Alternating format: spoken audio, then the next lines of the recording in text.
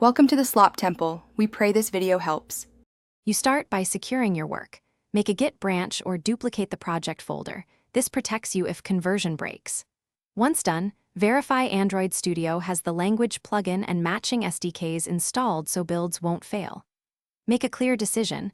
Are you converting Java to Kotlin for modern features or Kotlin to Java for interoperability? You should also scan build. Gradle and note module-level settings. These will need updates when you change language targets. Now change project settings. Edit module build. Gradle to set source compatibility and target compatibility for Java, or enable Kotlin plugin and apply Kotlin Android for Kotlin. Then convert files systematically.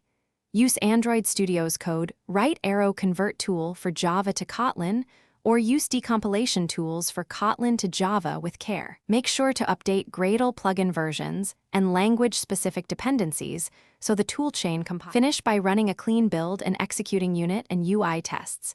This reveals compile time and runtime mismatches you must fix. You'll refactor nullability, convert callbacks to SAM or coroutines if applicable, and adjust visibility modifiers. These changes preserve behavior. Once stable, run the emulator and smoke test core flows. If things go wrong, revert to your backup branch, check Gradle sync and compiler logs for root causes, then clear caches and rebuild before retrying the conversion.